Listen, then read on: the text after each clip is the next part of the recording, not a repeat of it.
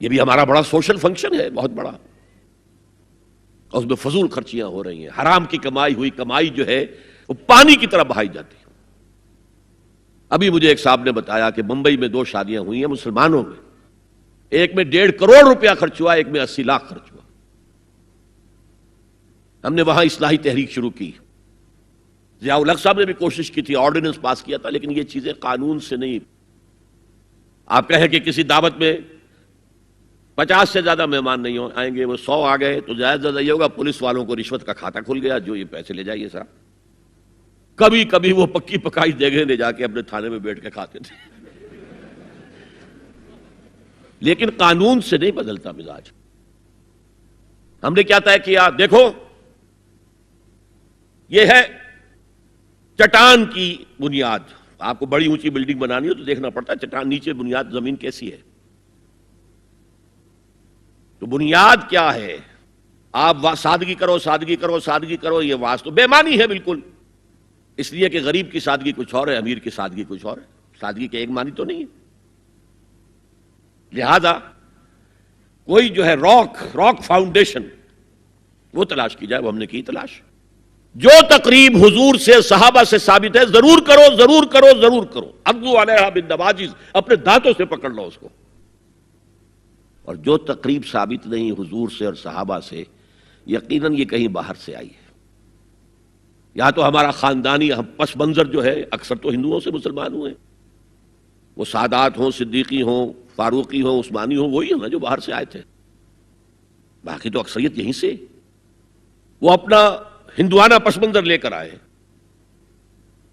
تو جس کا ثبوت صحابہ کے دور میں نہیں، وہ یقیناً باہر سے آئی ہوئی چیز ہے، اس میں پھر سادگی نہیں، اس میں کمی نہیں، جڑ سے کاٹو اس کو۔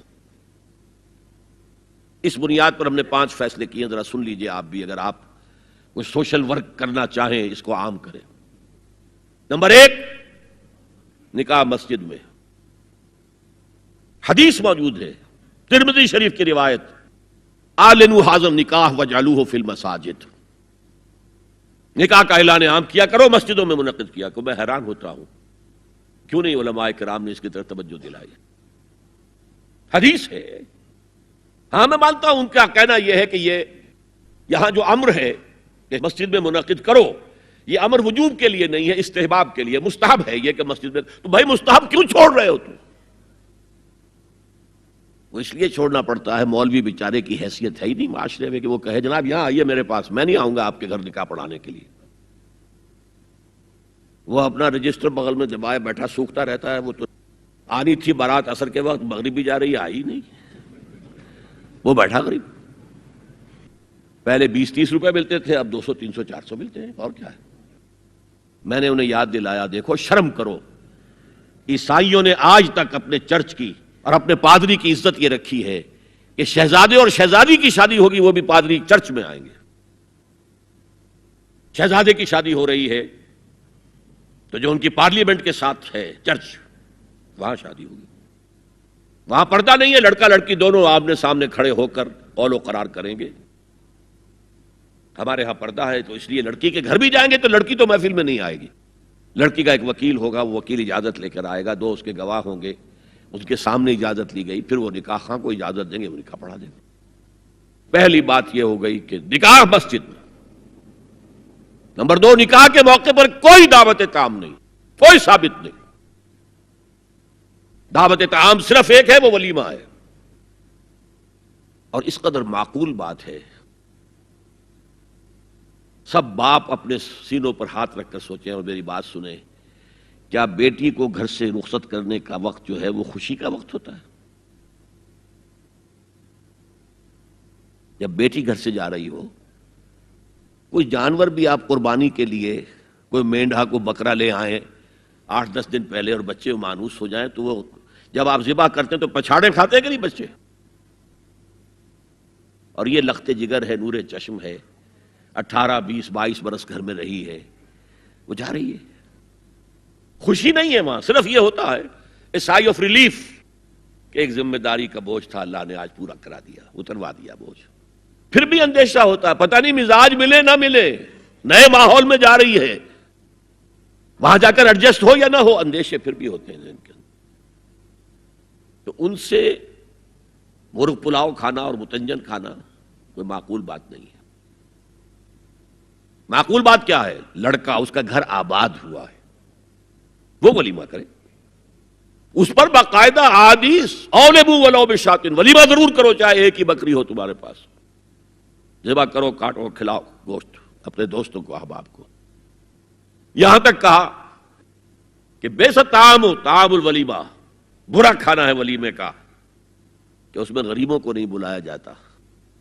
ظاہر بات ہے مسلی کھلانے کے لیے تو ولیمہ نہیں ہوتا، اپنے احباب کو، دوستوں کو بلایا جاتا ہے۔ پھر بھی میں تم سے کہتا ہوں کہ جسے ولیمے کے لیے بلایا جائے وہ اگر نہیں جائے گا تو اللہ اور اس کے رسول کے حکم کی نافرمانی کرے۔ تو جس رسول نے اتنی تفصیل سے حکم دیا ہو ایک دعوت کا، وہ دوسری دعوت میں بھی خیر ہوتا میں بیان کرتا۔ جب نکاح مسجد میں اور کوئی دعوت طعام نہیں تو بارات کا تصور، خلاص۔ بارات کس بلا کا نام ہے؟ قرآن میں تو کوئی ذکر ہی نہیں، عربی میں یہ لفظ ہی نہیں۔ اجتماعی طرفین مسجد میں ہوا، نکاح ہوا، لڑکی کو، حضرت فاطمہ کو رضی اللہ تعالی عنہا کچھ خواتین جا کر چھوڑ آئی تھی اس حجرے میں جو ایک انصاری صحابی نے حضرت علی کو دیا تھا، ان کا تو کوئی گھر بھی نہیں تھا۔ کوئی حضرت علی آئے ہوں اور آ کر وداع کرا کے لے کے گئے ہوں، کچھ بھی نہیں۔ چوتھی چیز، جہیز کا کوئی تصور اسلام میں نہیں، خالص ہندوانہ رسم، خالص ہندوانہ رسم، خالص ہندوانہ رسم۔ ہندوؤں میں کیوں ہے؟ وہ اس لیے ہے، معقول بات ہے کہ لڑکی کا وراثت میں کوئی حصہ ہی نہیں، وہ تو جب گھر سے نکل رہی ہے وہ دے دلا کے رخصت کر دو، دان دہیج، یہ خیرات ہے، لڑکی کا حق کوئی نہیں ہے گھر پر۔ اسلام میں تو لڑکی وارث ہے، والد فوت ہوں گے وراثت تقسیم ہوگی، والدہ فوت ہوگی کوئی ان کی ہے ملکیت وہ تقسیم ہوگی۔ شادی کے موقع پر کوئی جہیز اسلام میں نہیں، قطعاً نہیں۔ غلطی سے حضرت فاطمہ کے جہیز کو جہیز کہہ دیا گیا، وہ جہیز کیا تھا؟ ایک پیسہ بھی حضور کے اپنی جیب سے نہیں تھا۔ اس شادی میں خاص بات کیا تھی کہ دولہا کے ولی بھی حضور ہی ہے، اور کون ہے؟ علی کا کون تھا مدینے میں؟ اور دلہن کے والد بھی حضور ہیں۔ اب حضور پوچھتے ہیں حضرت علی سے تمہارے پاس مہر دینے کے لیے کچھ ہے؟ عرض کیا میرے پاس تو کچھ نہیں ہے۔ وہ فقراء صحابہ میں سے تھے۔ فرمایا مہر تو دینا ہے، تمہارے پاس ایک زرہ ہوتی تھی؟ جی ہاں زرہ تو ہے۔ انہوں نے یہ سمجھا زرہ تو جہاد کے لیے ہے، کوئی وہ دولت تو نہیں ہے۔